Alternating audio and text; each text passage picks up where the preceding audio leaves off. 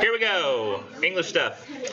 I forgot to mention something at the beginning of class last time about the information sheets.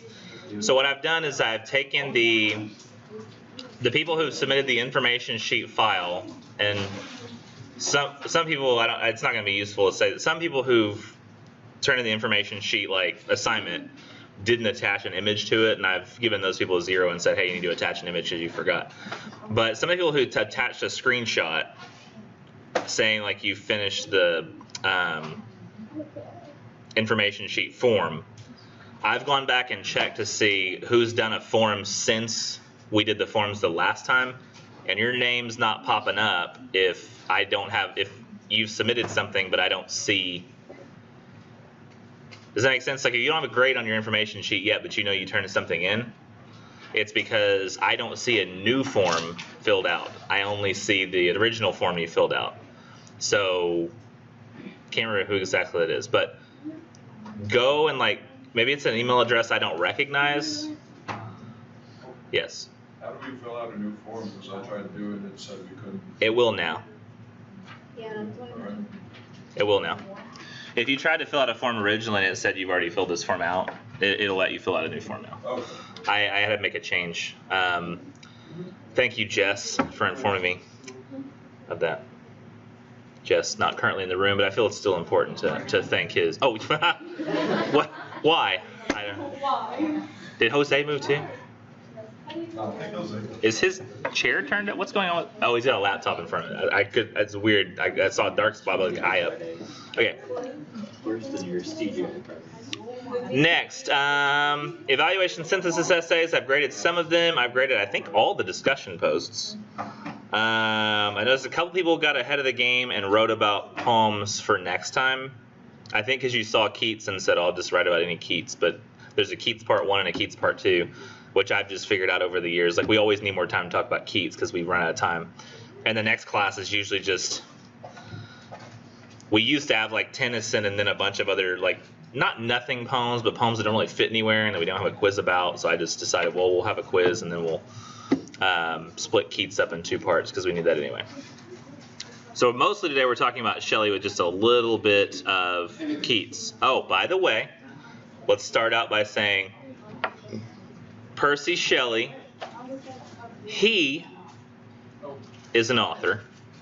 I realize some of you just went, oh. I thought good old Percy, she was an author.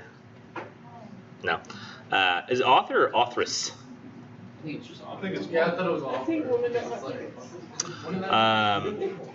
I thought it was so funny. Like somebody posted one time online, they said, "Look how sexist it is that no woman has ever won the Oscar for Best Actor." Yeah. And somebody went, "Well, there's Best Actress category." What does that do with like? So let's get to the actual poems. Okay, wait. Discussion posts are graded. Essays are on the way.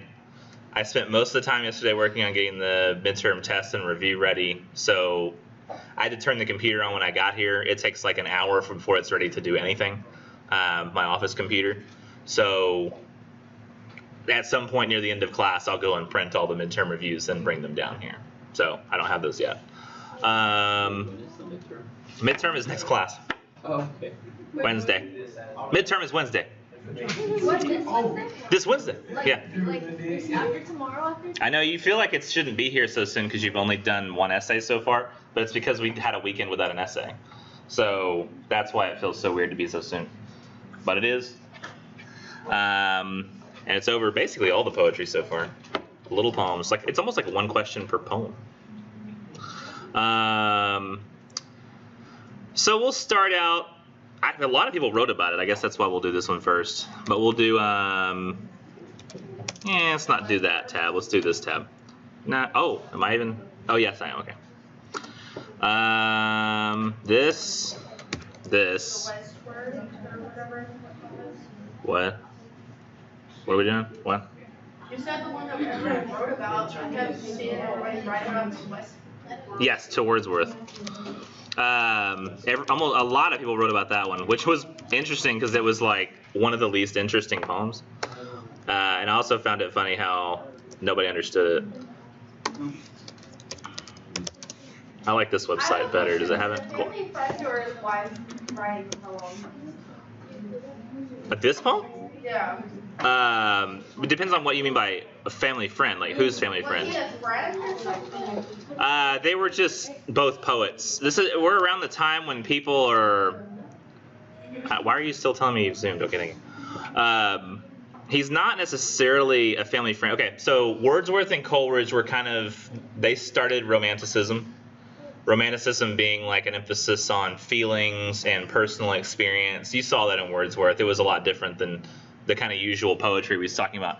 Feelings and memory, but a lot of nature relationship and like being in nature and the personal experience being valid, and not about all this like epic stuff and things outside the self. Ow, I hurt myself. Coleridge was kind of the same way, emphasis on personal experience, and he even literally wrote about one time how he had a dream, a poem came to him, and he forgot about it. So I mean, that's personal experience became a part of that poem. If you believe it, I still not 100% that I believe that Coleridge really had that experience. I think it's meant to be kind of a ruse, a trick. But Percy Shelley, Percy Shelley, Lord Byron, and John Keats were all sort of the younger generation who thought that the poetry of the Romantics was really good. They liked Wordsworth and Coleridge.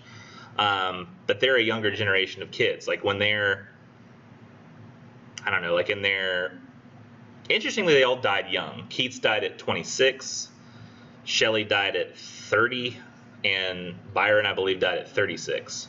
So they all died really young, Keats, Shelley, and Byron. They were all friends. And Coleridge and Wordsworth were friends, but they both died relatively old. I think even Coleridge, with his drug and health problems, died in the 60s. And Wordsworth died in like at 80 something. So they lived a lot longer. But that's sort of the relationship between them. It's not like a family friend thing, or like they were actually friends. He had read his poetry and respected his poetry. And it wasn't quite like we have now in the internet days where people can find out information immediately. Like it had to be like published and then have a widespread enough readership to have actually been read. And they're finally at that point where, I think probably because of like the printing press and what it had done for everybody, like they can finally start to see poets' work before they die. So what happens here into Wordsworth is Shelley, as a young kid, is sort of writing to Wordsworth about his poetry and just whatever he thinks Wordsworth needs to hear. Shelley was very egotistical, but not necessarily in an unfounded way, because Shelley was absolutely brilliant. I think he knew like Greek and Latin. He was one of the most well-read of the old poets, even though he was only 30. He probably read more before his 17th birthday than I've read ever. He's just one of those kinds of people. Interestingly, he got kicked out of college, though, because he wrote some sort of treatise in support of atheism, I think. And they kicked him out of college for it. And he seemed absolutely dumbfounded, like, what? I'm getting kicked out of college for saying atheism is a valid viewpoint? Like, he just seemed like shocked by that. Like that there were consequences for your actions. He thought that everybody should just be able to be free to speak. And he was very much on the side of like the French revolutionaries, seeking democracy and stuff. He was very impassioned and inspired by that stuff. So he had a problem with, near the end of Wordsworth's life, Wordsworth's he had this rich benefactor, a guy who, his dad, it was a dude who owed money to his dad, Wordsworth's dad, but the guy would never pay. Even after Wordsworth's dad died, he wouldn't admit that he owed the money, and like kind of kept it involved in like legal stuff for a while. But then when the dad died, the son said, yeah, I owe you this money, and sort of took Wordsworth under his wing, his financial wing also. And what that kind of did was molded Wordsworth's politics to that guy's politics. And that guy's politics were pretty authoritarian. like he was in support of slavery. Very much Shelley was not in support of slavery. He thought it was an abhorrent thing. But Wordsworth didn't have so much of a problem with it. He thought that the ends of good poetry justified the means of how you could get there. And he thought that, an aristocratic class could produce good poetry. So, yeah, a little bit of Wordsworth's politics weren't the greatest, and that's mostly what he's critiquing here. Which not many people mention the politics. You mentioned that he was praising him, but not so much about his politics. And I think that's actually, it might be listed it's in the book too, but y'all probably don't pick up the book to do this. Usually.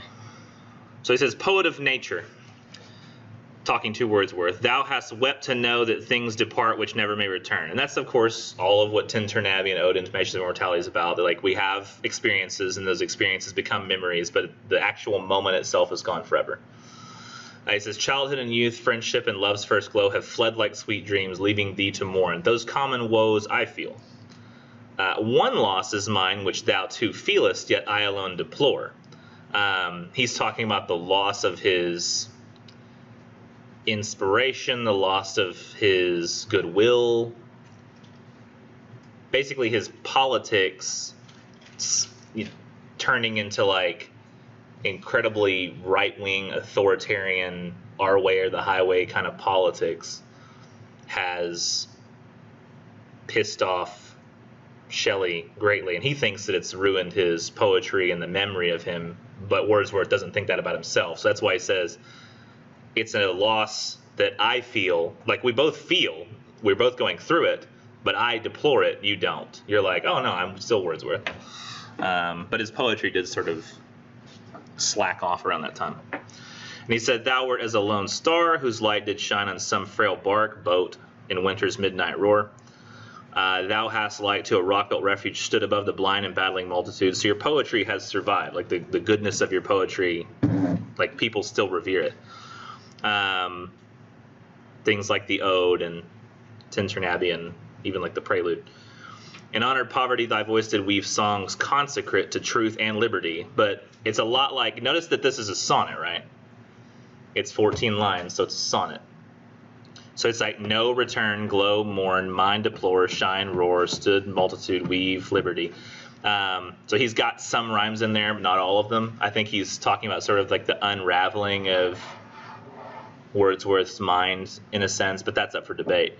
But then at the very last two lines, that changes something, or that gives the punchline on a sonnet. And it says, deserting these, all those great ideas that I just said that you did possess, thou leavest me to grieve. Like, I'm now grieving over the loss of you, thus having been that thou shouldst cease to be. That you have been these things, but now you should cease to be these things. Sort of playing on Wordsworth's own ideas about things depart which never may return.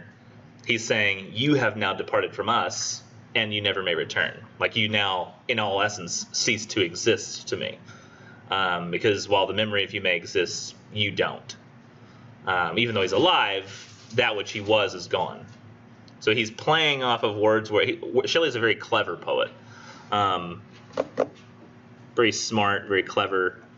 I always look at these poems, like the list of poems, and I think, these aren't that great of poems compared to like things like Keats and then Coleridge. But then when I go back and I read them every time, I go, oh damn, this is just really smart. It's really smart. He's one of those people that's like, you ever know somebody who's like really egotistical and cocky, but they're absolutely right about it? You know? Like, I think it was like, isn't Serena Williams like a really cocky tennis player, but she actually is really good and beats everybody? It's just one of those kind of situations where like, he's just so cocky though. Kind of like Beowulf, you know? Just so cocky. Yeah, but he wins all the time. Well, I guess, yeah. Kind of like if Jesus were like, look at this, watch this, guys. I'm going to make a miracle because I believe in God so much. Boom, healed. What? You can't do this. I can. Me alone. What now? And everybody's like, God, that Jesus guy. I don't know, but he's really good at those miracles. He does it. I mean, nobody else can do this magic stuff, so I guess Jesus, you know. That's Jesus if he was a cocky. and scene. So that's to Wordsworth. Any questions about Words? That makes more sense now. Questions about Wordsworth? Questions about anything else related to this? Oh, speaking of. Okay. So to Wordsworth. That leads us now to, what do we do next?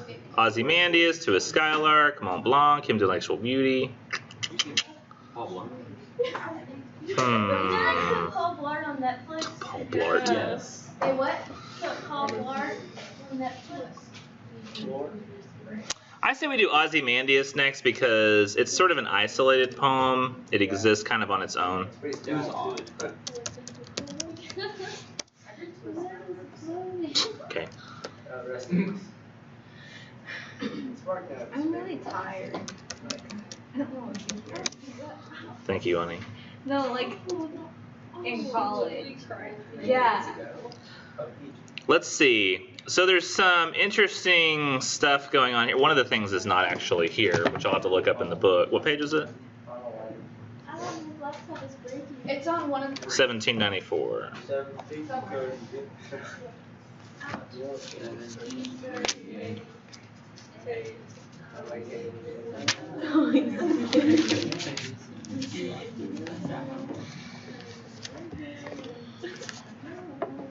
Okay, so one of the things that it says, it has a note here, and a lot of the romantic poets, because there's the emphasis on personal experience, you have to know like the background information to the poem for it to make a whole lot of sense.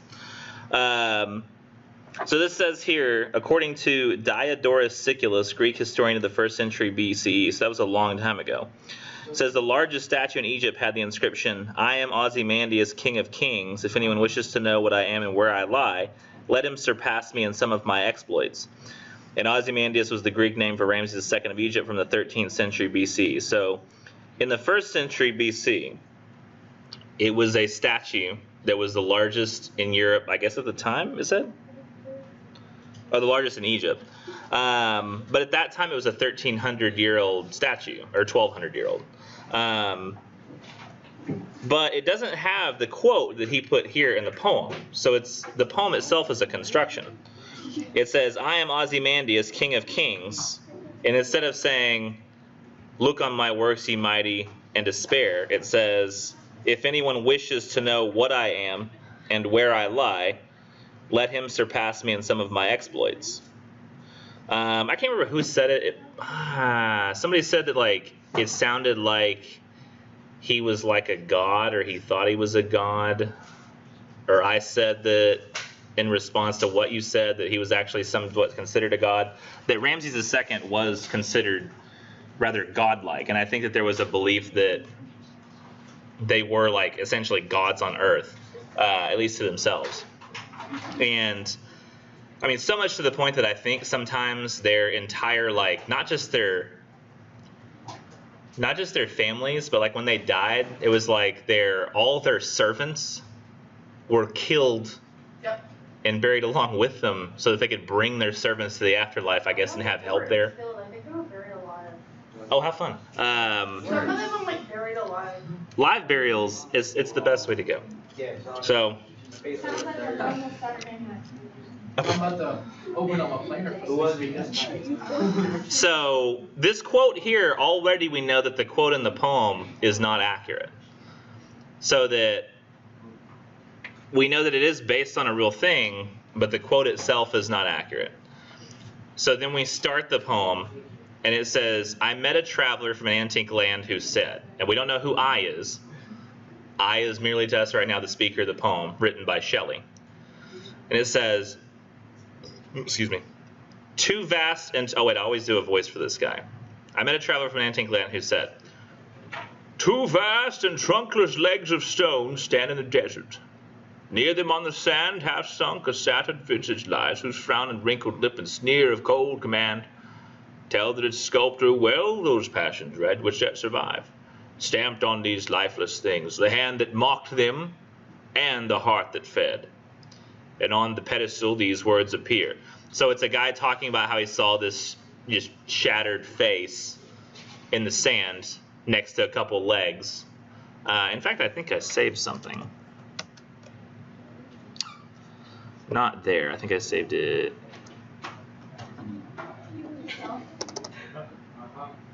This is not, I don't think, 100% accurate, of course, but somebody's like representation of it, or like a small version of it somewhere.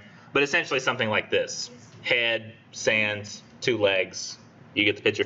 But it said like there was lone level sand stretched far away. I never satisfactorily found a photo. Like I don't know why you would take a square photo to communicate big space. Like you would think you would take a very widescreen photo with this being just a part of it, but whoever did that did not decide to take that direction.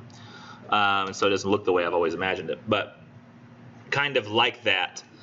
And he says that the sculptor must have read the emotions of that man well, Ramses II. And the face of that man is stamped on these lifeless things that have no life, now they're dead. The hand that mocked them and the heart that fed. I don't know if he's necessarily talking about the hand that mocked them and the heart that fed in terms of Ramses, or if he's talking about the sculptor, or both. So we have I, which is the speaker. So we have Shelley writing about the speaker, who is I, writing about this traveler who came and told him something, who is traveler, about something that a sculptor made of Ramses. And the sculptor attributes this quote to Ramses. My name is Ozymandias, King of Kings. Look on my works, ye mighty in despair. And then the old man says, like, nothing beside remains. Round the decay of that colossal wreck, boundless and bare, the lone and level sand stretched far away. I think that in terms of his poetry, this is a rather simple one. There is some complexity, of course, in I think the narrative distance that we have between Ozymandias himself and us in only, again, 14 lines. There are like 5 authorities over this. There's Shelley, who's relaying us to what the speaker thought about the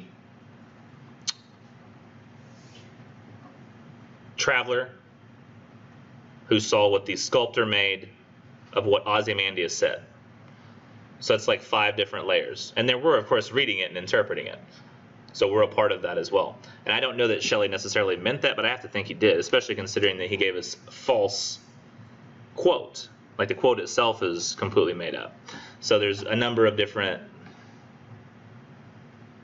layers of point of view there. And those which think they last forever, barely even, their stuff is going to be gone eventually. It's going to all just waste away. And I think that Shelley probably had a great sense of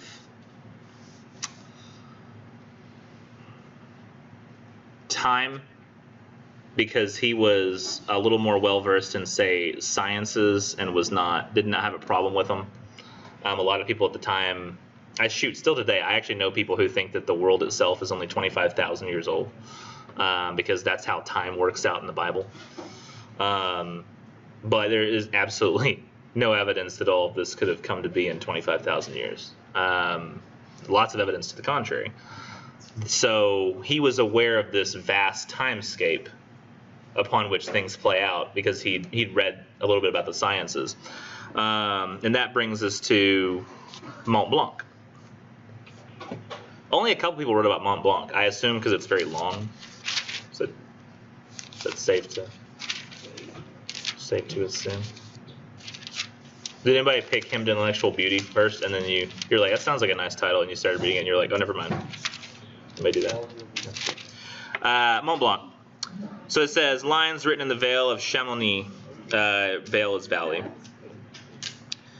But I think this particular poem is important, especially in Ozymandias as well, to look at the note that it has, not necessarily the beginning part. Well, I mean, yeah, let's read the whole note. Because it says, Mont Blanc is essentially Shelley's response to Wordsworth's Tintern Abbey. So Wordsworth goes to a river he once saw and the ruins of a church, which I think I saw pictures of Tintern Abbey. They were very, did I save them or no? Idiot. I did not. Tintern Abbey is essentially just like church ruins, the stone church ruins. Doesn't have like a roof or anything. It's just kind of like some walls. It's actually very pretty, even still. But Mont Blanc is, I mean, this is such a Shelley thing to do,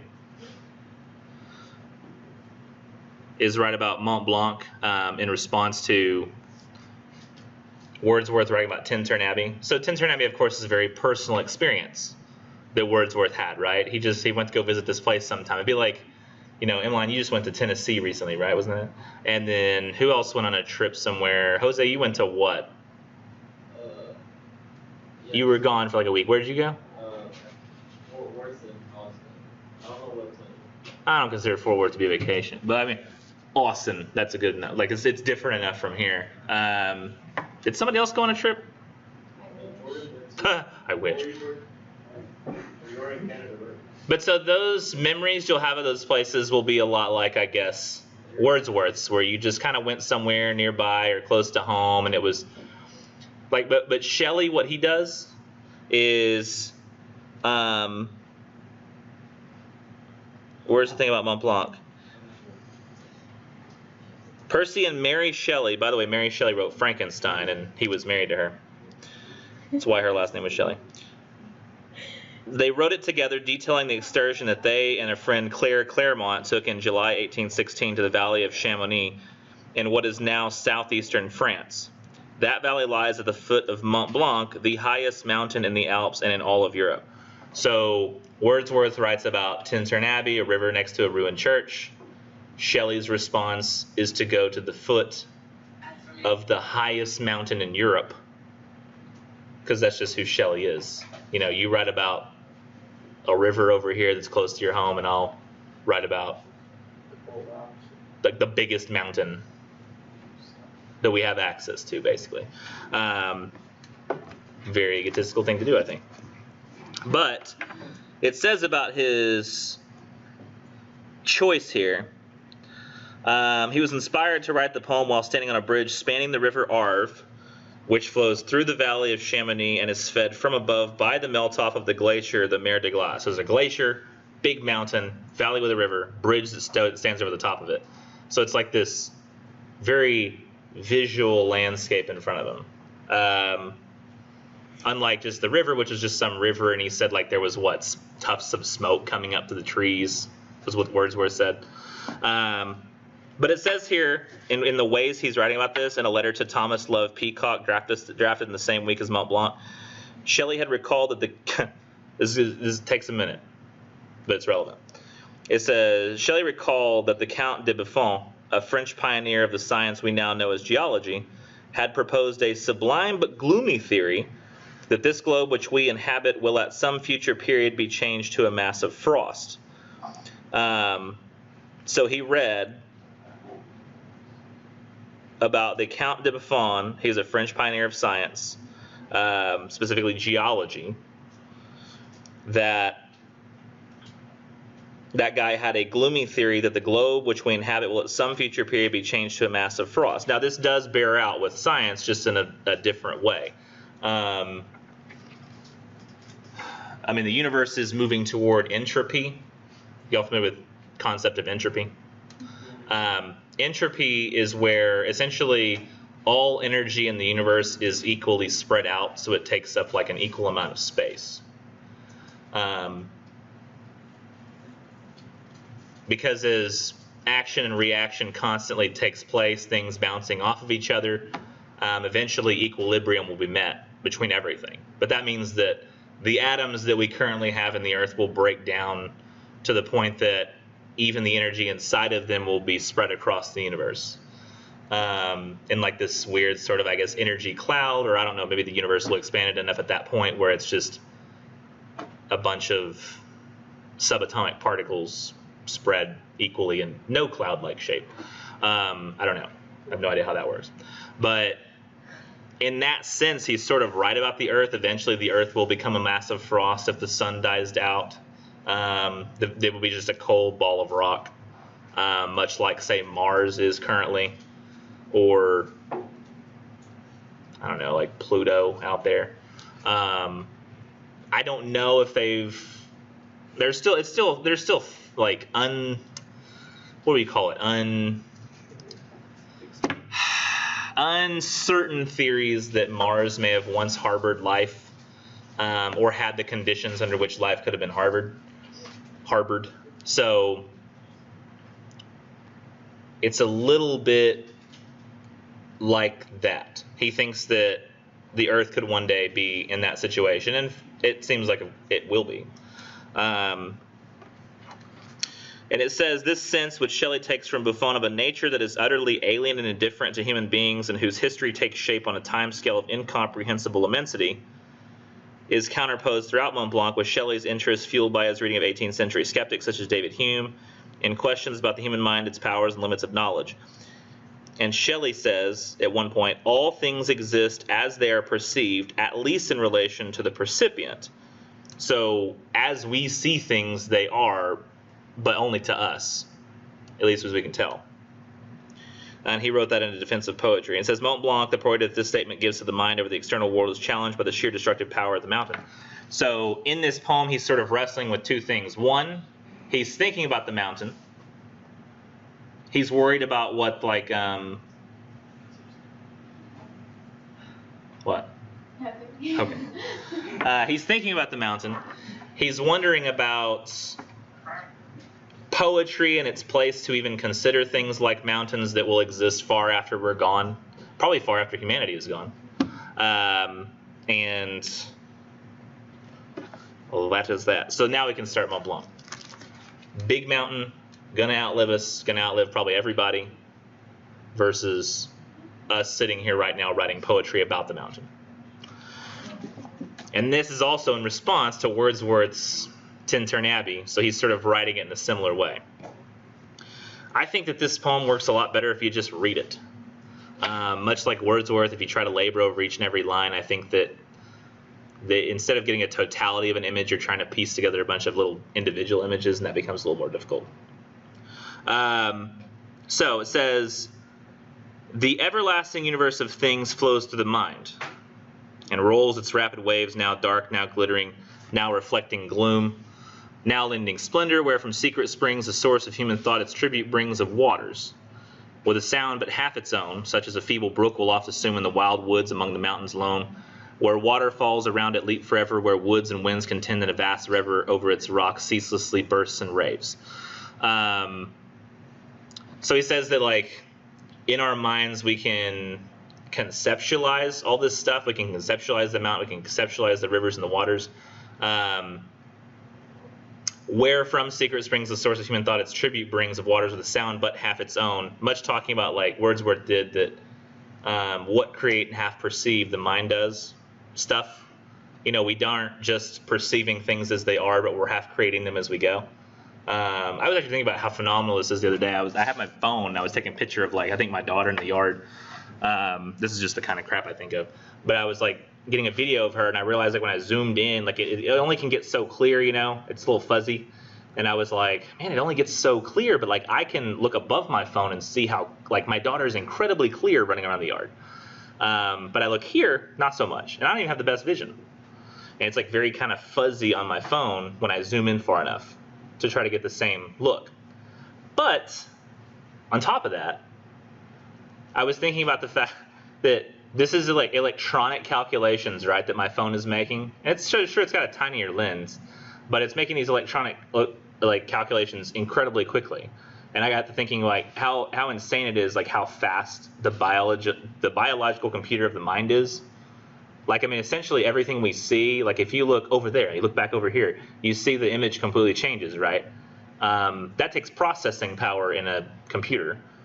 Our brains can do it instantaneously and generally faster than the computer. Like, it can make frames faster than we can perceive, but at the same time, the clarity with which we can see and perceive and react is kind of incredible compared to that of a computer.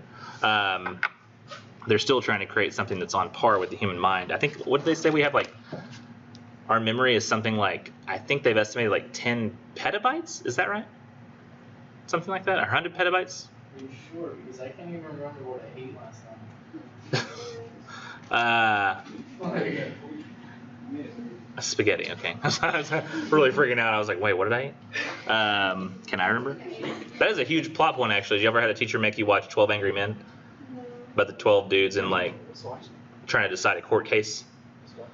No. Like, one of them, they starts to ask him, like, what did you do yesterday? What did you do the day before? What did you do the day before? And then the whole court case was, like, about asking this one kid, like, what were you doing, like, 8 months prior to this, at this particular hour on this particular day? And they asked him questions about that. It's like, how are you supposed to know?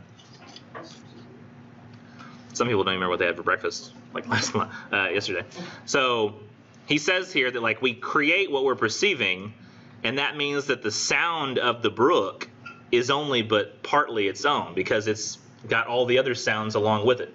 I've always thought, you know, how impressed I am, like, the audio that they do for movies. Essentially what they have to do is they have to get the actors' voices on location isolated, then they add all the other sounds in later. By what do they call it? Foley artists? Yeah. They have to, like, you know, recreate those sounds in, like, a studio. Usually they use, like, coconuts to represent horse hooves, and sometimes they'll take real horse hooves on, like, a little dirt patch that they've got sitting somewhere. So yeah, sounds never are isolated. You know, we always hear. I always think when I'm talking here in front of you, like when I do the video, it'll just be like me clearly talking, but there's always like the sound of the fan in the background and like the chattering of students. But y'all aren't really chattering right now. I mean, when you are, you know, it's always like in the background, you can hear it. So that's how he's starting off the poem. He's saying it's only the sound of the mountain is only but it's half its own. The sounds that are there because they're all mixed together. And he says, "Thus thou ravine of Arve." So he's talking to the ravine itself, the like valley of the river. "Dark deep ravine, thou many-colored, many-voiced vale, over whose pines and crags and caverns sail fast clouds, shadows, and sunbeams. Awful scene." And he doesn't mean that in the sense of like, when he says awful, he means full of awe. That which inspires awe in us. More like awesome than awful, but he means full of awe. "Where power and likeness of the Arve comes down from the ice gulfs that gird his secret throne, bursting through these dark mountains like the flame of lightning through the tempest. Thou dost lie, the giant brood of pines around the clinging children of elder time, in whose devotion the chainless winds still come and ever came to drink their odors, and their mighty swinging to hear an old and solemn harmony. Thine earthly rainbows stretched across the sweep of the ethereal waterfall, whose veil robes some unsculptured image." That just means not sculpted by human hands. "The strange sleep which, when the voices of the desert fail, wraps all in its own deep eternity." So it's got like all this noise of the mountain, all the visions of the mountain, the movement of the mountain, but it all leads toward this deep eternity of the mountain. The mountain will be forever. That's kind of an interesting thought for the time. People weren't really thinking that way. He said, "Thy caverns echoing to the Arve's commotion, a loud, lone sound no other sound can tame. Thou art pervaded with that ceaseless motion, thou art the path of that unresting sound, dizzy ravine, and when I gaze on thee, I seem as in a trance sublime and strange to muse on my own separate fantasy, my human mind." So he's like, I look at this mountain, I'm thinking about this mountain, but in thinking about this mountain, its immensity and its eternity, I think about myself. Which passively now renders and receives fast influencing, holding an unremitting interchange with the clear universe of things round. So it's what we were just talking about.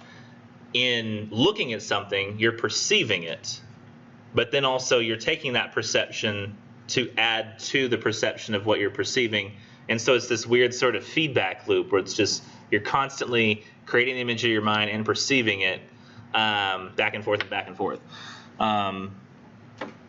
And he says, "One legion of wild thoughts whose wandering wings now float above thy darkness and now rest where thou art no unbidden guest in the still cave of the witch poesy." Kind of talking about like the poetic muse. The cave inside the mind where like the muse is helping create poetry, I guess. "Seeking among the shadows that pass by, ghosts of all things that are, some shade of thee, some phantom, some faint image, till the breast from which they fled recalls them, thou art there." So he says, no matter what, whether I'm thinking about you, I'm not thinking about you, you exist there. You're there.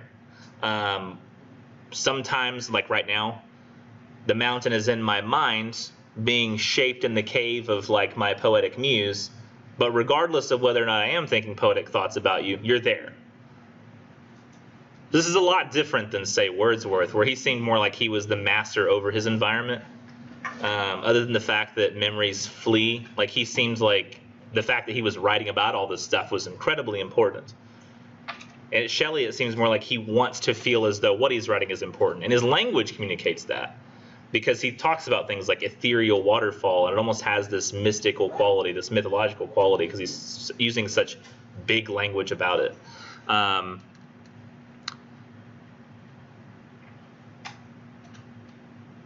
I don't know. I know I'm boring you to tears, but I still want to ask, am I boring you to tears? Or is it the poet? Oh, Yeah, it's the poet. Yeah. Both. Like mostly, it's half you, Nichols. I think it's Both what you create, Nichols, and both what you perceive of Shelley. I do what I can. I find Shelley really fascinating, and I think because of, like, there's some poems, you know, where like I don't find them as fascinating, and when that happens, I go, oh man, I got to do some legwork to help them find it interesting, because I don't even find it interesting. But when it comes to Shelley's Mont Blanc, I just really love it. And so, like, I get talking about it, and like I'm thinking, wow, this is really cool stuff, and y'all are like, yes, Eternity of the Mountain, right? Got it. Whoa. Philosophy. So, more of this. How long is this poem? Oh, about halfway there. Some say that gleams of a remoter world visit the soul in sleep. Oh, we can find some interesting stuff here pretty soon. That death is slumber, and that it shapes the busy thoughts outnumber of those who wake and live. I look on high. Has some unknown omnipotence unfurled the veil of life and death, or do I lie and dream? And does the mightier world of sleep speed far around it inaccessibly it circles? For the very spirit fails, driven like a homeless cloud from steep to steep that vanishes among the viewless gales. Far, far above, piercing the infinite sky, Mont Blanc appears still snowy and serene. Its subject mountains, their unearthly forms pile around it, ice and rock, broad veils between of frozen floods, unfathomable deeps, blue as the overhanging heaven that spreads the wind among the accumulated steeps. This is a long idea. A desert people by the storms alone, save when the eagle brings some hunter's bone and the wolf tracks her there. How hideously its shapes and heaps round, rude, bare, and high, ghastly, and scarred, and riven. That whole thought together, I think he's partially not making a sarcastic comment, but like trying to make a biting comment about people who believe in God. Because he says, some say that gleams of a remoter world visit the soul in sleep. And I think he's also talking about Wordsworth and that idea. You know, that like he was talking about when we were young, we still have like our soul from God trailing behind us. And he's kind of talking about that idea that some say this is where we come from, is from a God. And he says that that which is in the other world is so much greater than what's here. And he's asking the question, has some unknown omnipotence unfurled the veil of life and death? Like when we die, will we not really die? Will we live forever? And he's like, or do I myself lie and dream? And does the mightier world of sleep spread far around? So he's kind of questioning these ideas. And I think he speaks very flippantly about the belief in God, or the belief that there's something else out there beyond what is. And then he talks about, after that, how the mountain's still there. The mountain is there. The mountain's what we can see. We see it. It doesn't move. It just sits there. And it always will. So that's what we should, I think, he's saying, attach our thoughts to. Not on possibilities of some possibly existing God that there aren't really a whole lot of evidences for, as he sees it. Keep in mind, I am saying what he says, not what I say. Ribbon, okay. Is this the scene where the old earthquake demon taught her young ruin? Were these their toys, or did a sea of fire envelop this once silent snow? None can reply. All seems eternal now. The wilderness has a mysterious tongue which teaches awful doubt, meaning full of awe again. Awful doubt, or faith so mild, so solemn, so serene, that man may be for such faith with nature reconciled. Thou hast voiced, great mountain, to repeal large codes of fraud and woe, not understood by all, but which the wise and great and good interpreter make felt or deeply feel. This is one of his, while I say he is a really smart guy and he is well-read and he is a very good writer, one of his cocky ideas he has is that he's absolutely right about there being no God. And what he says here is that the mountain itself teaches awful doubt. It teaches doubt of that which we've been told, and we're held in awe, full of awe, by the mountain itself in looking at it. Like, how could a God be real when the mountain itself, I mean, we can't even imagine something as big as a mountain. There's supposed to be a God bigger than that. I don't think he means physically, but he says, you have a voice, great mountain, to repeal large codes of fraud and woe, basically religion. Not everybody understands this. This is not understood by all, but which the wise and great and good interpret or make felt or deeply feel. So those who are wise understand that the mountain and its eternity shows us that there can't be a God. There is no heaven after this. This is all there is what we see in front of us, this vast mountain that never moves, and we can't even fully conceive of it all. And that's how he's seeing it. And he talks about this again, at least the mountain and what surrounds it. The fields, the lakes, the forests, and the streams, ocean, and all the living things that dwell within the datal earth, lightning and rain, earthquake and fiery flood and hurricane, the torpor of the year when feeble dreams visit the hidden buds, or dreamless sleep holds every future leaf and flower, the bound with which from the detested trance they leap, the works and ways of man, their death and birth, and that of him, and all this that his may be, all things that move, and this is probably where that whole idea is leading. It says, this is sad when you think about it. All things that move and breathe with toil and sound are born and die, revolve, subside, and swell. That's essentially a summarization of humanity, is it not? All things that move, we breathe, yes. With toil, we work. And sound, we make noise. We're born and then we die, do we not? That's it. Like that's the whole of our story eventually. We're born and then we'll die. And it seems like that in the immensity of the mountain. Because what's like, let's say, what is the average life expectancy right now? 80 something. It's gone down in the last couple of years. Huh? Isn't it like 70, 71, 72? Oh, it's way later than that. It was like, I think 84 for women and 82 for men, or 80 for men. You said 80. You said it went way down. Yeah, it's gone down since. I think now it's like 78 or 77 for men and like 79, 80 for women. Oh yeah, I think you're right. People are wondering if that's been thrown off by opioid numbers or suicides, or what exactly is causing the change. However, that drop is not happening in every country. It's happening in America. So something is causing our life expectancy to go down, but still about 80 years all of us will have. Huh? Anti-vax kids die. Possible. That's probably not a huge number, to be honest, as much as I dislike anti-vax. But it doesn't account for a huge number of deaths, at least not yet. So it says essentially the 80 years of the mountain, right? The mountain, like what will the mountain, you take a picture of the mountain 80 years later, what will the mountain look like? Basically the same. Maybe climate change, right? But other than that, I mean, for this time period, same mountain 80 years afterwards, yes. So 70. Where am I? Oh yeah. Power dwells apart in its tranquility, remote, serene, and inaccessible. Like we go through like all the messiness, the activeness of life. And this mountain, everything is just sort of serene, but it's going to outlive us. You ever seen, like, you know, tortoises move really slow? They get really big, Yes. but they live to like sometimes 200, 220 years. Yes.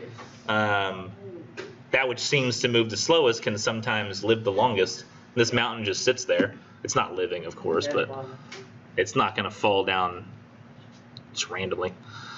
People always talk about, like, oh man, California, they had that earthquake, they're gonna fall into the ocean. That's gonna take a long time. Like it's not gonna happen like tomorrow. Be like, oh well, before I die, California's gonna fall in the ocean. One, that's not something I don't think that's affected by climate change. So there's nothing we can do to accelerate that process. That's just plate tectonics. So there's nothing we can do about that.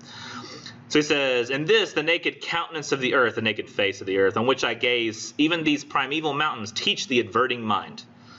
The glaciers creep like snakes that watch their prey from their far fountains slowly rolling on. There, many a precipice frost, and the sun, the scorn, many a precipice frost, I don't think that doesn't sound right. Is that right?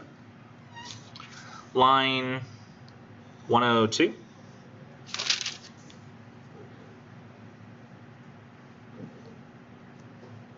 Yeah, they're missing a comma here. There, many a precipice, comma, frost and the sun and scorn of mortal power have piled. Dome, pyramid. This is just sad. Well, my life is so wrapped up in English that I'm like, there's a comma missing. You know, I could tell. Just not right. I don't know if I should take that out or not. There, many a precipice, frost and the sun and scorn of mortal power have piled. Dome, pyramid, pinnacle, city of death. Death in its coldness, distinct with many a tower and wall impregnable of beaming ice. We can't really get up there. Yet not a city, but a flood of ruin is there, that from the boundaries of the sky rolls its perpetual stream. Vast pines are strewing its destined path, or the mangled soil, branchless and shattered stand. The rocks drawn down from yon remotest waste have overthrown the limits of the dead and living world, never to be reclaimed. The dwelling place of insects, beasts, and birds becomes its spoil. Their food and their retreat forever gone, so much of life and joy is lost. So like the things that maybe used to would live here, they can't, they're gone. The race of man flies far in dread, his work and dwelling vanish like smoke before the tempest stream, and their place is not known below. Vast caves shine in the rushing torrents, restless gleam, which from those secret chasms and tumult welling meet in the vale, and one majestic river, the breath and blood of distant lands, forever rolls its loud waters to the ocean waves, breathes its swift vapors to the circling air. So all of this stuff is happening despite the fact that we're not there, we're not making anything happen. It's just going on. And he comes up with an interesting, I thought, in this last stanza though, that he sort of sticks with and sort of carries on into hymn to intellectual beauty, which we'll read next. But he says, Mont Blanc yet gleams on high. The power is there, the still and solemn power of many sights and many sounds, and much of life and death.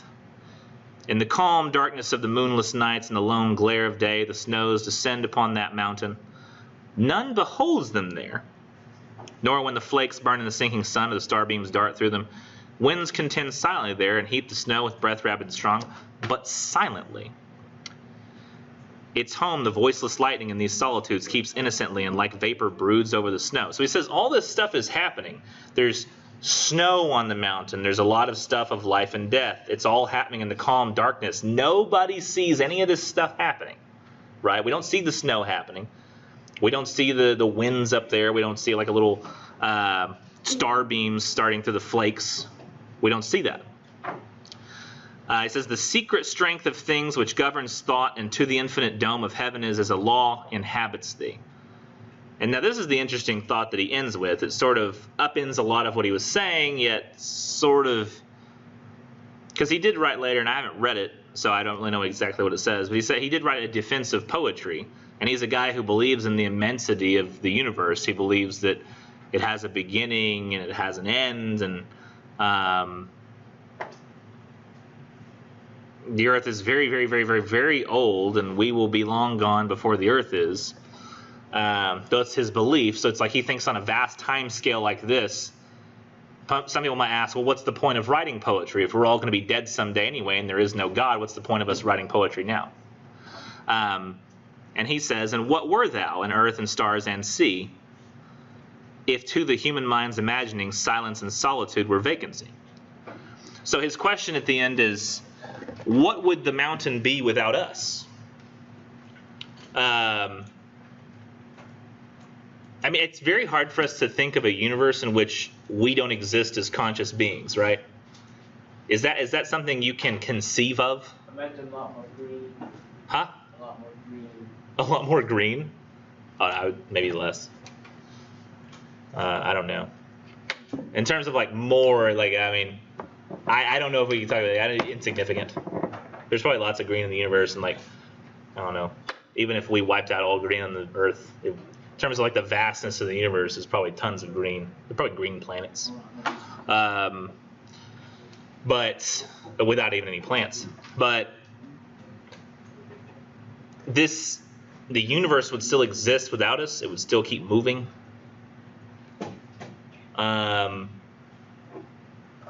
But that doesn't really seem to matter, at least to us, unless we're there to think about it, right? And like we know about this mountain, not because we've seen it, but because this guy wrote a poem about it. So we tend to find significance in the universe. We find things valid of writing about. And he says, like, what would the mountain be? Would the mountain even matter in the vast scale of things if it wasn't for us? If we thought of that which is silent and alone as outside of our mind and non-existent, what would you even be without us? Because the immensity of this mountain only exists because of us. And I think you could argue as well, he might even be saying, he might be implying that that's the same with God. God only matters because we think about him. Otherwise, what would, if there was no humans, what would God be doing? It's interesting thoughts. And then from there, what am I doing next? Hymn to intellectual. Just the Skylark poem. Yeah, let's do Skylark next.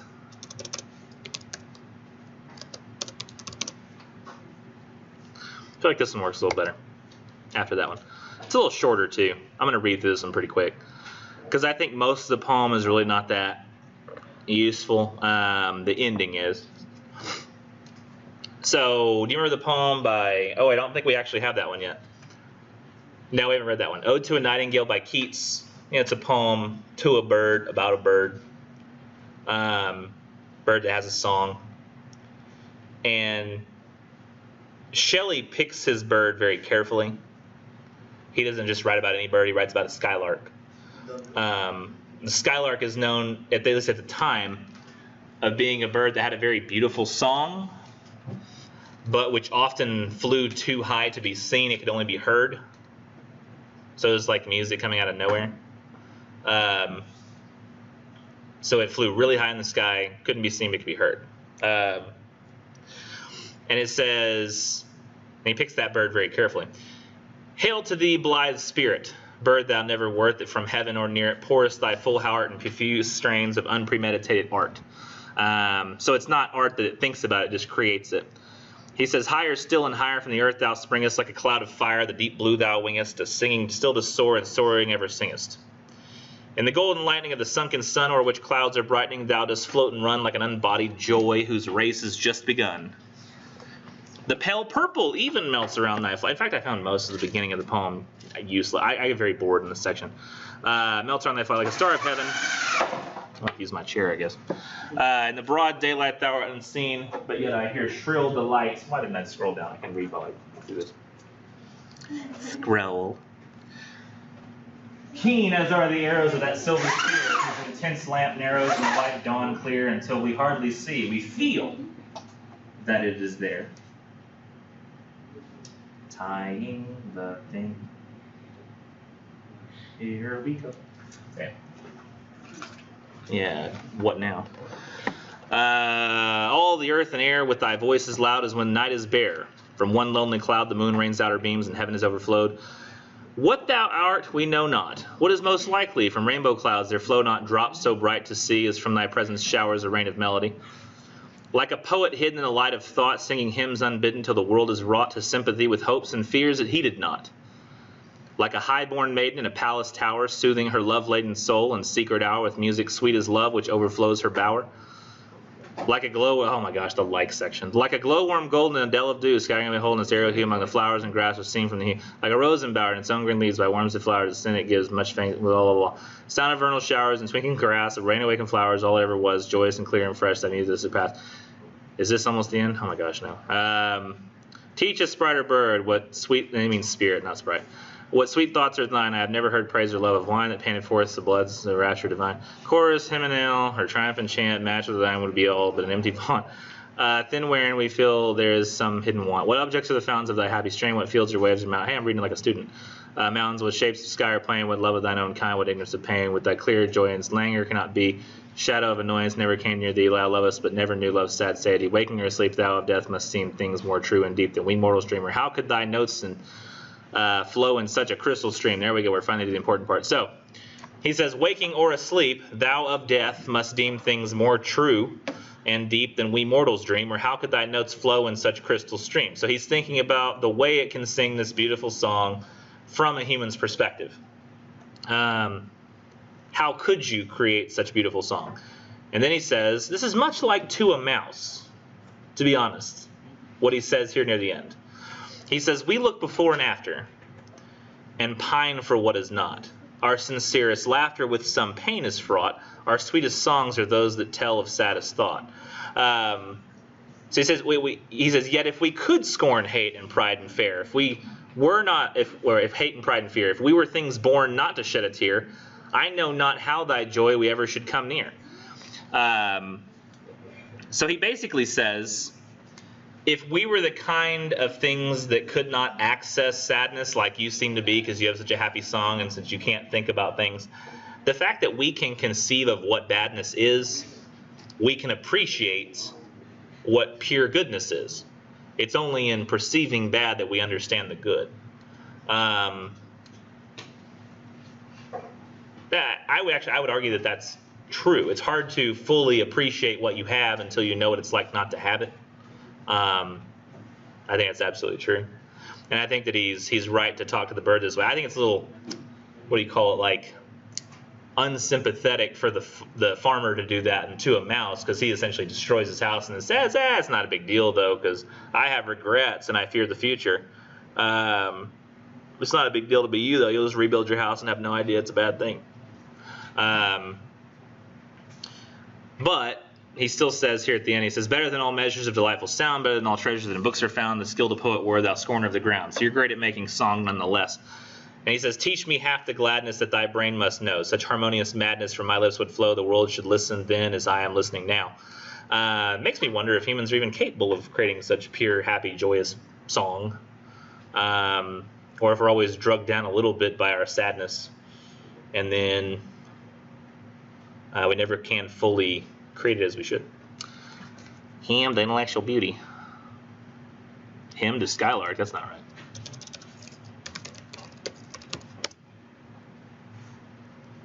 Bingo. Okay, this is probably, I don't know if it's his longest one, but it's pretty close. And I think this is another one that makes the most sense if you just sort of read it almost like you would like a Wordsworth poem, because it just makes it flows better that way. I don't think that this is quite as good as Wordsworth's Ode, but I still think it's pretty good. It's kind of like his summation of the universe, at least to him, and what he thinks about poetry as a pursuit. And again, he's using the word awful as awesome. The awful shadow of some unseen power floats, though unseen, among us. Somebody wrote about this, and I think they did a pretty decent job of writing about it, too. I can't remember who. It was me. Credit where credit's due. The awful shadow of some unseen power floats, though unseen, among us, visiting this various world with an inconstant wing as summer winds that creep from flower to flower like moonbeams that behind some piney mountain shower it visits with inconstant glance each human heart and countenance. Like hues and harmonies of everything, like hues and harmonies of evening, like clouds and starlight widely spread, like memory of music fled, like aught that for its grace may be dear and yet dearer for its mystery. So I think in this section at least, he's talking about the positive of this awful shadow of some unseen power. The power of beauty, intellectual beauty. And I think that he means essentially beauty, kind of like aesthetics, intellectual beauty is. It's like just the beauty that exists in the universe, the beauty of like rising suns and those sorts of things. And he says, spirit of beauty that dost consecrate with thine own hues all thou dost shine upon of human thought or form, where art thou gone? So he's talking now to the spirit of beauty, which he feels is gone at this moment. He says, why dost thou pass away and leave our state, this dim, vast veil of tears, vacant and desolate? Ask why the sunlight not forever weaves rainbows over yon mountain river? Why aught should fail and fade that once is shown? Why fear and dream and death and birth cast on the daylight of this earth such gloom? Why man has such a scope for love and hate, despondency and hope? I actually think, this is one of the things that I wonder if this has something to do with why he's an atheist. Of course, yeah, he's learned like the sciences, and the sciences sometimes can repeal great codes of fraud and woe, as he says. So if you just stick to what's evident, what there seems to be evidence for in the universe, yeah, I mean, it doesn't make any sense that there's a God. But I think this becomes, for a lot of people who choose the atheist path, one of the reasons they do think it is they have trouble thinking of a universe in which bad things can happen, and there's some entity who's decided that that's allowable.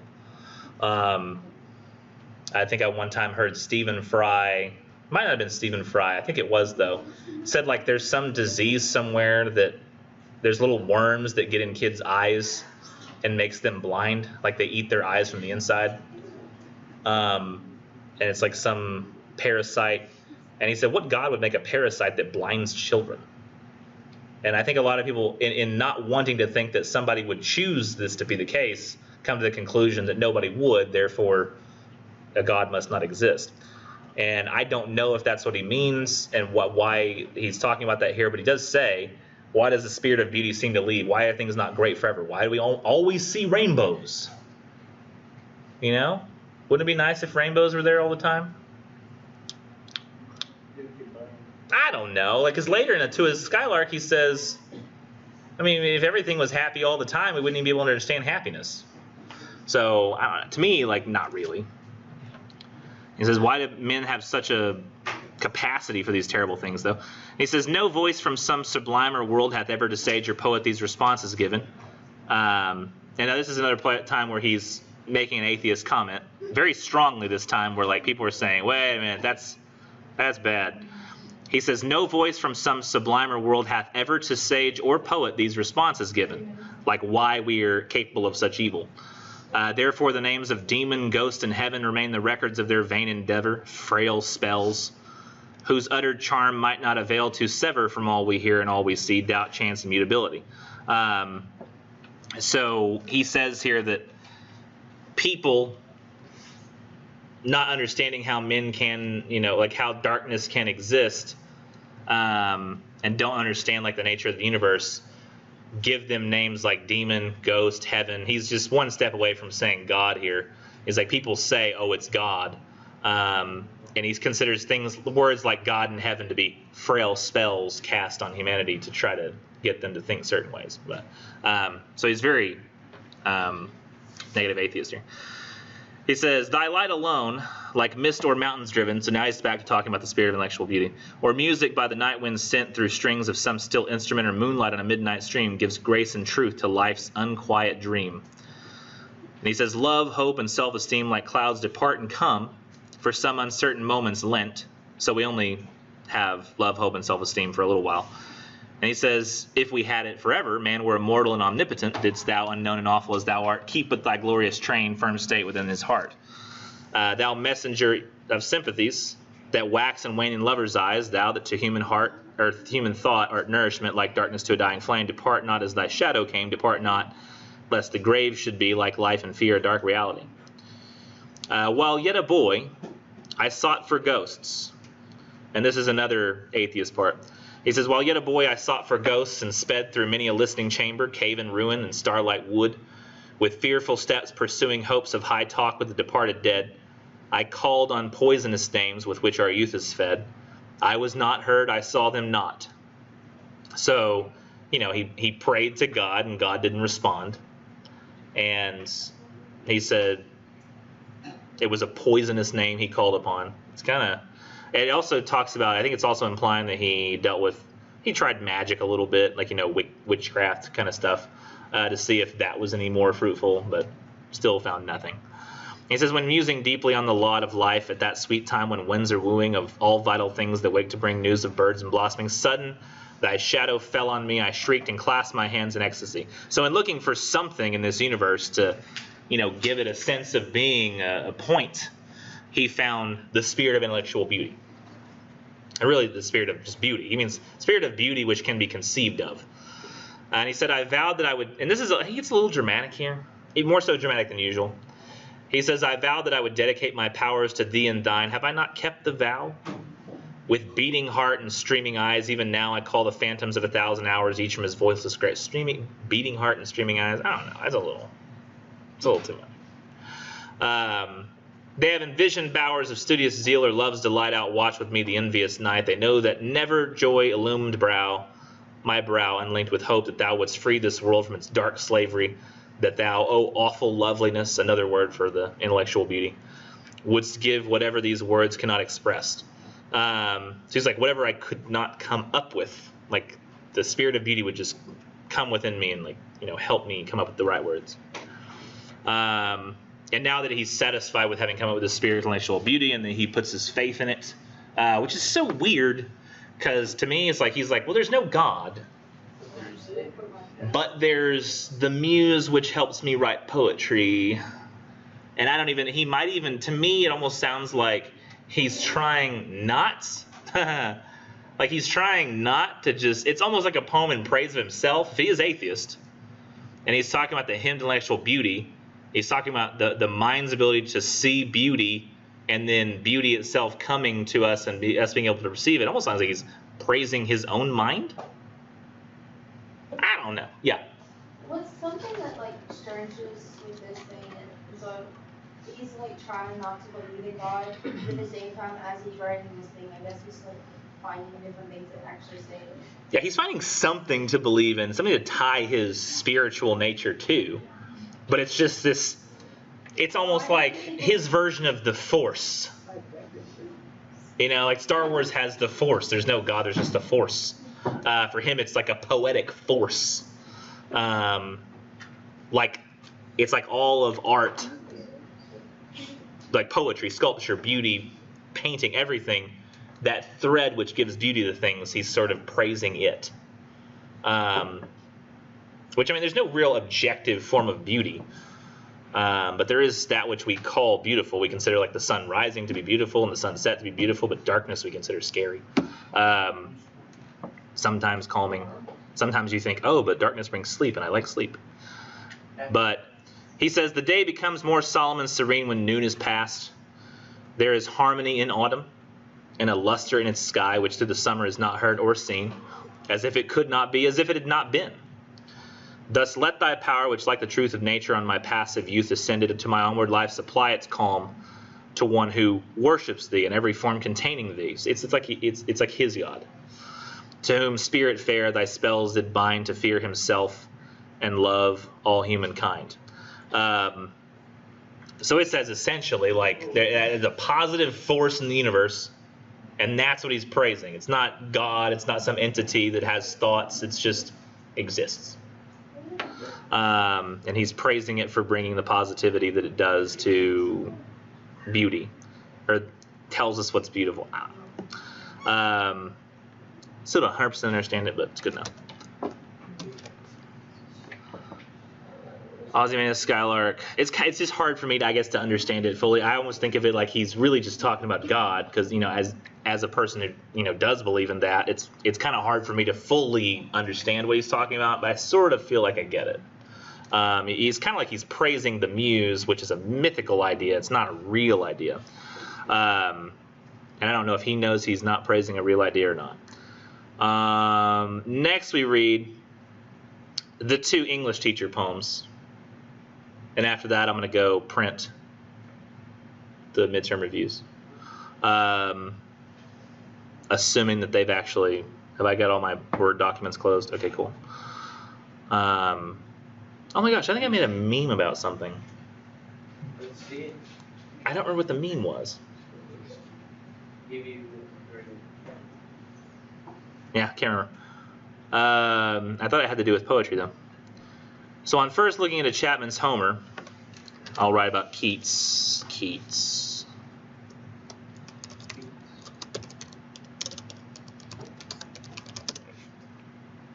First looking at Chapman's Homer. So I consider this and the King Lear poem to be the English teacher poems.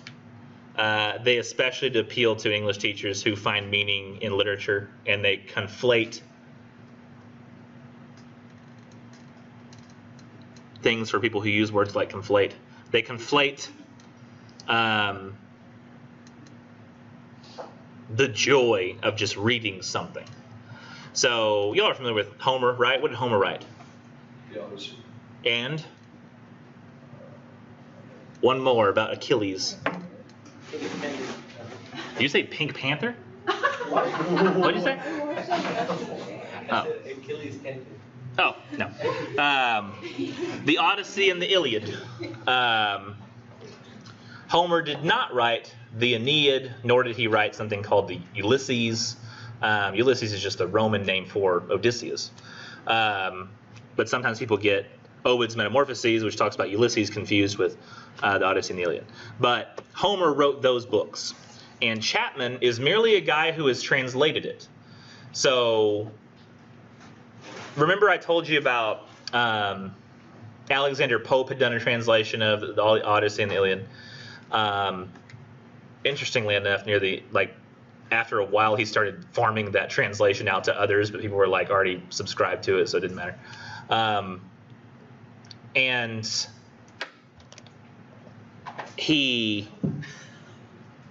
so Keats here is really just reading a new translation of the Odyssey and the Iliad. That's it, by Homer. And this is how he writes about it. And he says he's already read this stuff before, but now he's reading it of a translation of Chapman. Because while he's somewhat versed in Greek, Keats he's more enamored with Greek culture and Greek literature. I don't know that he fully speaks Greek to say the degree that Shelley does. And he only lives till 26. This is the guy who died when he was 26 years old, I believe of tuberculosis, like his family did. So he always had this sense, too, of like impending death. I mean, you can see that when I Have Fears That I May Cease to Be and An Ode to a Nightingale, if you've already gone ahead and read those. There's just this sense that he feels like he's going to die someday. There's always like these thoughts of death. But this is a little brighter when he talks about reading Chapman's translation of Homer. So he says, much have I traveled in the realms of gold, read these books already, in many goodly states and kingdoms seen. Round many western islands have I been, which bards in fealty to Apollo hold. Oft of one wide expanse had I been told that deep-browed Homer ruled as his domain. Yet did I never breathe its pure serene till I heard Chapman speak out loud and bold. And then his comparison for having read Chapman and what that means to him. He says, then felt I like some watcher of the skies when a new planet swims into his ken.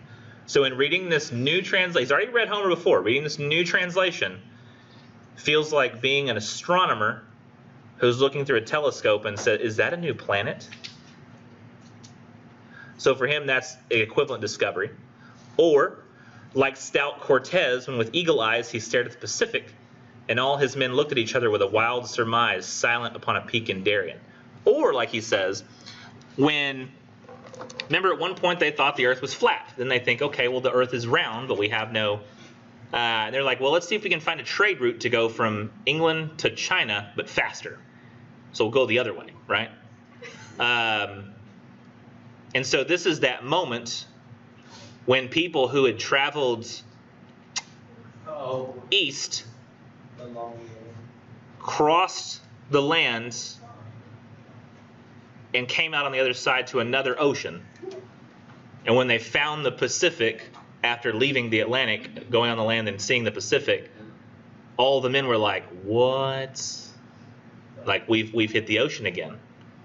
So it's a circle. We've hit it. Like, it's basically realizing the world is round is the equivalent of him reading this new translation of Homer. Like, it brought with him to him so many new realizations about what these works meant and how big they were and how important they were just by reading a new translation. That's why I say it's such an English teacher poem, because that's how we feel about so many things that we read. You know, I read Mont Blanc and I'm like, oh wow, Mont Blanc. I'm just like, it's amazing. And that must be how he felt about reading Chapman's Homer. He's like, oh wow, what a beautiful line. The way he speaks about Odysseus here. And then we'll read the other English teacher poem, which is Keats's King Lear once again. Has anybody heard of King Lear before? Nope. Nope. What is that? King Lear is... Why is there a comment? I want a commentary. Keats. on sitting down to read.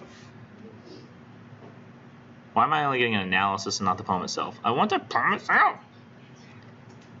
Fine. You big stupid. Let's make it bigger so y'all can see it. I just can't do it. I gotta get rid of this.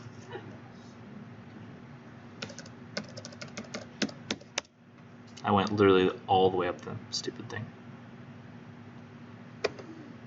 Oh, I killed the whole page. Okay, undo.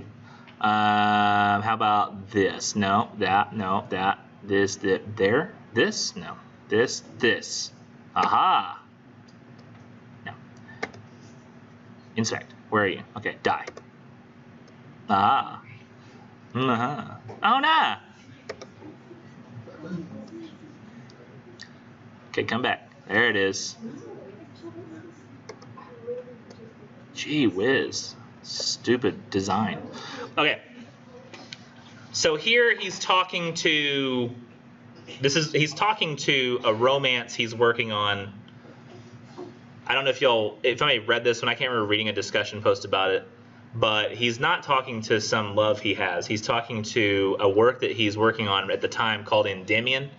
It's a romance, meaning it's got like, heroes and things. And this is not the same as like romanticism, but it's like a story that involves like great heroes doing valiant things and saving the lady and love in the end and that sort of thing.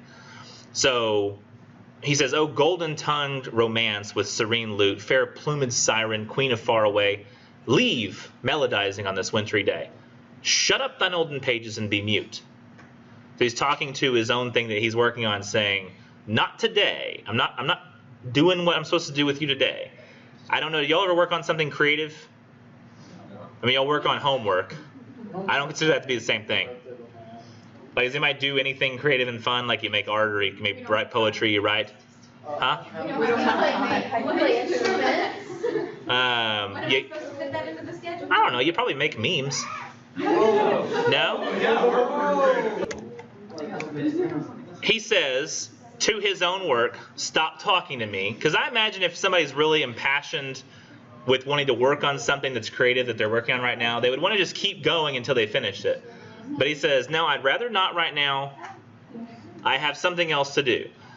So he says, "Goodbye. For once again, this fierce dispute betwixt damnation and passion clay must I burn through." That's what think about this. Okay, we've read King Lear, right? That's what he calls King Lear, is the fierce dispute between damnation and impassioned clay. And impassioned clay meaning people. People with lots of emotions. So he's like, between damnation and emotions must I burn through. That's how he sums up King Lear, which I think is very interesting. There's a couple of lines. I think it's very interesting because I don't feel like they're 100% accurate. And so I start thinking, what could the damnation mean? The fact that they all seem screwed no matter what they do? Maybe. And so I start kind of playing with it and trying to figure it out so I can come up with an explanation that works for me. But one thing I know is that the weirdness of the comparison means that it doesn't come across as false. It doesn't seem like a false because I just don't get it. And so he says, "Once more humbly essay this bittersweet of this Shakespearean fruit." So he says, like, King Lear itself is bittersweet. It's good, but it's sad. "Chief poet in ye clouds of England, begetters of our deep eternal theme, when through the old oak forest I am gone, let me not wander in a barren dream. But when I am consumed in the fire, give me new phoenix wings to fly at my desire." So he compares like reading King Lear once. He's already read it before, so reading King Lear again, he hopes that essentially he will burn up in the ashes of King Lear and be reborn again. He'll be like a phoenix. He dies, he comes back. That's what it is to him. So that is that.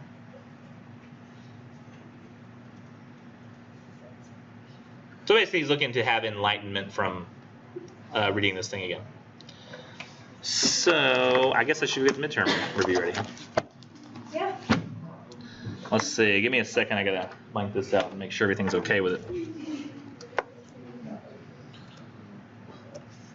And I haven't printed the midterms yet. I'll just curve back on. So if you want to go confirm in the video that I said curve back on, it's right there. And y'all can verify in the time marker for each other. So, however, the nature of the curve is still up to me, and it'll probably be similar to usual, where whoever gets the 100, it'll be like up to that. But I don't still know. Like if everybody gets a 0, I might curve something up to help, but not like up to 100. You know. So let me go. Well, let me check this review real quick, make sure everything's okay.